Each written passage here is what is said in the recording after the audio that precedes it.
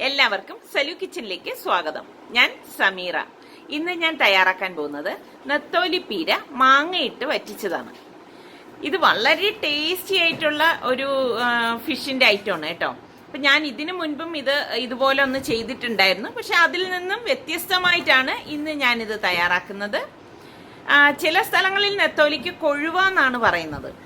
അപ്പൊ ഇത് നമുക്ക് എങ്ങനെയാണ് തയ്യാറാക്കുന്നതെന്ന് നോക്കാം. നെത്തോലി പീര ഉണ്ടാക്കാൻ വേണ്ടിയിട്ട് ഞാനിവിടെ നെത്തോലി ഏകദേശം 1.5 കപ്പ് എടുത്തിട്ടുണ്ട്.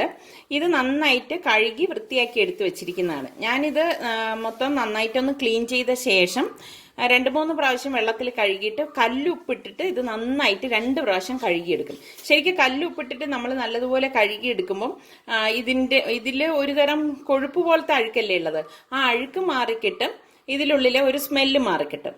അപ്പം അങ്ങനെ നല്ലതുപോലെ കഴുകിയെടുത്ത് വെച്ചിരിക്കുന്നതാണ് ഇത്.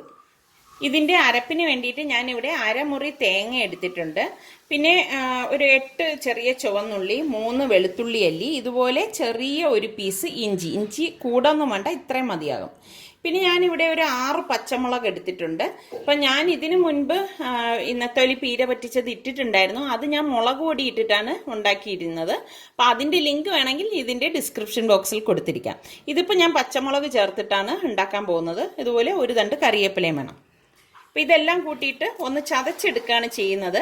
അരക്കത്തില്ല, ജസ്റ്റ് ഒന്ന് ചതച്ചെടുക്കത്തേ ഉള്ളൂ കേട്ടോ. വെളുത്തുള്ളിയും ചെറിയ ഉള്ളിയും ഇഞ്ചിയും ഞാൻ ഇതുപോലെ ചെറുതായിട്ടൊന്ന് കട്ട് ചെയ്തിടും. അപ്പോൾ ചതച്ചെടുക്കുമ്പോൾ പെട്ടെന്ന് ചതഞ്ഞ് കിട്ടും. പച്ചമുളക് ചേർത്ത് കൊടുക്കുമ്പോൾ നിങ്ങളുടെ പാകത്തിനുള്ള എരിവിനുള്ള പച്ചമുളക് ഇട്ട് കൊടുത്താൽ മതി കേട്ടോ. ഞാനിവിടെ ഇത്രയും പച്ചമുളക് എടുത്തെന്ന് എഴുതിയിട്ട് ചിലപ്പോൾ നിങ്ങൾ എരിവുള്ള പച്ചമുളകാണ് എടുക്കുന്നതെങ്കിൽ എരിവ് കൂടി പോകും. അപ്പോൾ ഇത് ഇത്രയും ഒന്ന് ചതച്ചെടുക്കാം.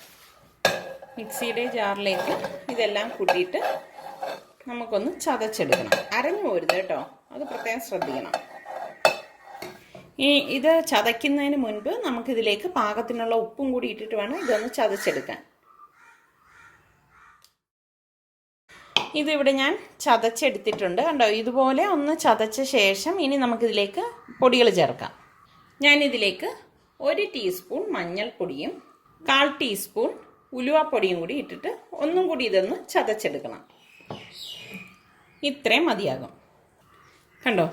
ഇതുപോലെ വേണം നമ്മളിത് ചതച്ചെടുക്കാനുള്ളത്. മാങ്ങ ഇട്ട് വെച്ചിട്ടുള്ള നെത്തോലി പീരയല്ലേ ഇത്. അപ്പോൾ ഇതിന് വേണ്ടിയിട്ട് ഞാൻ ഇതുപോലെ ഒരു പച്ചമാങ്ങ എടുത്തിട്ടുണ്ട്. അപ്പോൾ ഇതൊന്ന് കട്ട് ചെയ്ത് കൊടുക്കാം. ഞാൻ ഇതിൻ്റെ തോലെല്ലാം കട്ട് ചെയ്ത് മാറ്റിയതാണ് കേട്ടോ. ഇതുപോലെ ഒന്ന് കട്ട് ചെയ്തിട്ട് കൊടുക്കണം. അപ്പോൾ മാങ്ങ ചേർക്കുന്നത് കൊണ്ട് തന്നെ നമ്മളിതിലേക്ക് പുളിയൊന്നും ചേർക്കത്തില്ല, കാരണം മാങ്ങ നല്ല പുളിയുള്ള മാങ്ങയാണ്. ഇത്രയും മതിയാകും. ഞാനിവിടെ ഒരു മീൻ ചട്ടി എടുത്തിട്ടുണ്ട്. ഇതിലേക്ക് നമ്മൾ ഈ കഴുകി വെച്ചിരിക്കുന്ന നെത്തോലി ഇട്ട് കൊടുക്കാം. ഇനി ഇതിലേക്ക് നമ്മൾ ഈ കട്ട് ചെയ്ത് വെച്ചിരിക്കുന്ന മാങ്ങയും കൂടി ഇട്ട് കൊടുക്കണം. പിന്നെ ഇതിലേക്ക് നമ്മൾ ഈ ചതച്ച് വെച്ചിരിക്കുന്ന തേങ്ങയുടെ അരപ്പിട്ട് കൊടുക്കാം. പിന്നെ ഞാനിവിടെ 2-3 തണ്ട് കറിവേപ്പില ഇട്ടിട്ടുണ്ട്. കറിവേപ്പില ഞാനിവിടെ ആവശ്യത്തിലധികം ഇട്ട് കൊടുക്കും. ശരിക്കും നല്ല ഒരു ടേസ്റ്റാണ് കേട്ടോ. അപ്പോൾ എല്ലാം കൂട്ടിയിട്ട് നന്നായിട്ടൊന്ന് മിക്സ് ചെയ്ത് കൊടുക്കാം. മീൻ പൊടിഞ്ഞു പോവാതെ ഇതൊന്ന് മിക്സ് ചെയ്തെടുക്കണം. ഇവിടെ നെത്തോലി സുൽത്താൻ ഉള്ളപ്പോൾ വാങ്ങുകയാണെങ്കിൽ എപ്പോഴും നെത്തോലി ഫ്രൈ തന്നെ ആയിരിക്കും. ഇപ്പോൾ സുൽത്താൻ ഇല്ലാത്തപ്പോൾ മാത്രമാണ് ഇങ്ങനെയൊക്കെയുള്ള ഐറ്റംസ് ഉണ്ടാക്കുന്നത്. കാരണം സുൽത്താന് ഏറ്റവും ഇഷ്ടം നെത്തോലി ഫ്രൈ ആയതുകൊണ്ട് ആ സമയങ്ങളിൽ നെത്തോലി ഫ്രൈ ഉണ്ടാക്കത്തുള്ളൂ. ഇത് നിസാർക്കാക്ക് ഇഷ്ടമുള്ള ഒന്നാണ് ഈ നെത്തോലി പീര പറ്റിച്ചത്. നന്നായിട്ടൊന്ന് മിക്സ് ചെയ്യാം. എന്നിട്ട് ഇങ്ങനെ ഒന്ന് തട്ടിപ്പൊത്തി വെക്കാം. സ്പൂൺ കൊണ്ട് നമ്മളിത് ഇങ്ങനെ ഇളക്കുമ്പോഴേക്കേ ഇത് പൊടിഞ്ഞു പോകും. അതുകൊണ്ടാണ് കൈ കൊണ്ട് പതുക്കെ ഇതൊന്ന് മിക്സ് ചെയ്ത് കൊടുക്കുന്നത്. ഇനി ഇതിലേക്ക് ഞാനിവിടെ 2 ടേബിൾ സ്പൂൺ വെള്ളം ഒന്ന് കുടഞ്ഞു കൊടുക്കും. കൂടിപ്പോരുത് കേട്ടോ, കാരണം ഇതിൽ നിന്ന് തന്നെ ചാറ് വറ്റി വരും. അതുകൊണ്ട് വെള്ളത്തിൻ്റെ അളവ് കൂടരുത്. ഇതുപോലെ ഒന്ന് കുടഞ്ഞു കൊടുത്താൽ മതി. ഇനി ഇതിലേക്ക് വെള്ളം ചേർക്കേണ്ട ആവശ്യമില്ല. ഞാനിത് എല്ലാ സൈഡും വേകാൻ വേണ്ടിയിട്ടാണ് ഇതുപോലെ ഒരു മൺചട്ടി എടുത്തിരിക്കുന്നത്, ഒരു പരന്ന ചട്ടി എടുത്തിരിക്കുന്നത്.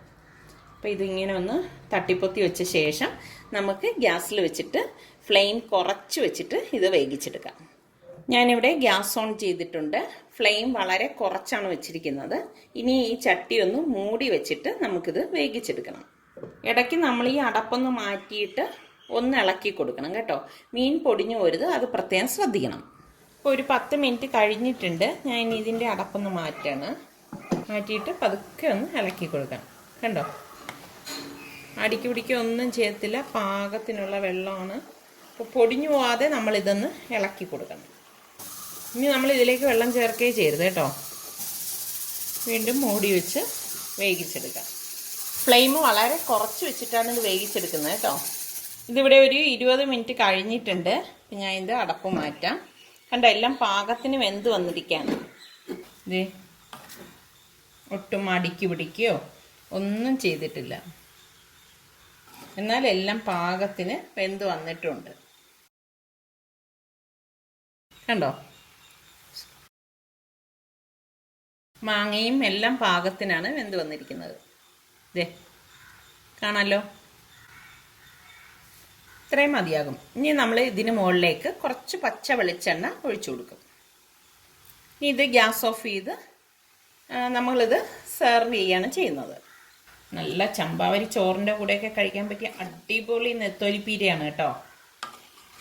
നിങ്ങളെല്ലാവരും ട്രൈ ചെയ്ത് നോക്കി. നിങ്ങൾക്ക് ഇഷ്ടമാണെങ്കിൽ ഇതിൻ്റെ ലിങ്ക് ഷെയർ ചെയ്യാനും ലൈക്ക് ചെയ്യാനും കമൻറ്റ് ചെയ്യാനൊന്നും മറക്കരുത്. അതുപോലെ തന്നെ സബ്സ്ക്രൈബ് ചെയ്തിട്ടില്ലാത്തവരുണ്ടെങ്കിൽ ഈസി റെസിപ്പികൾക്കായി സലു കിച്ചൻ സബ്സ്ക്രൈബ് ചെയ്യുകയും വേണം കേട്ടോ. അപ്പം നമ്മുടെ നെത്തോലി പീര വറ്റിച്ചത് ഇവിടെ തയ്യാറായിട്ടുണ്ട്. അപ്പം എല്ലാവരും ട്രൈ ചെയ്ത് നോക്കൂ.